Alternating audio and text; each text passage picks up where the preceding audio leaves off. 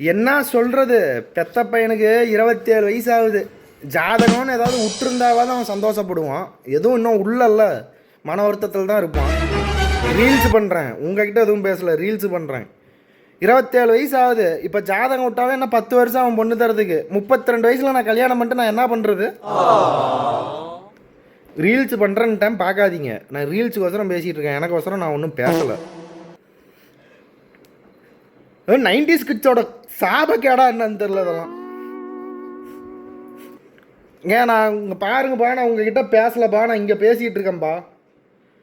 நான் எதுவும் உங்களை குறிப்பிட்டல, நான் எதுவும் இங்கே பேசலை. ரீல்ஸுக்கு வியூஸ் போகிறதுக்கு லைக் வரும், அதனால் நான் பண்ணின்னு இருக்கிறேன். கல்யாணம் பண்ணி வச்சா நாங்கள் என்ன வேணாம் நான் சொல்கிறோம். கல்யாணம் பண்ணி வச்சா நாங்களும் எல்லாம் கரெக்டாக பார்த்துட்டு குடும்பத்தை கரெக்டாக நடத்துவோம்ல.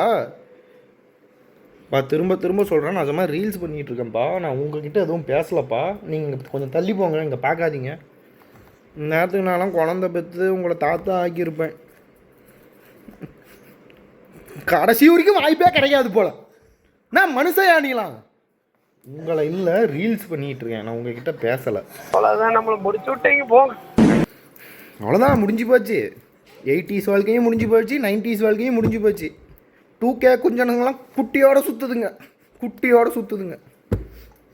ஆசை வந்து என்னை ஆட்டி வைத்த பாவம். அந்த ஜாதக பை இருக்குது இல்லை, அதுக்கு பக்கத்தில் ரேஷன் கார்டு இருக்கும், அது எடுத்து. யோ அப்பா, அவ்வளோதான் உனக்கு. ரீல்ஸ் பண்ணிகிட்டு இருக்கிறேன், ரீல்ஸ் பண்ணிகிட்டு இருக்கேன்.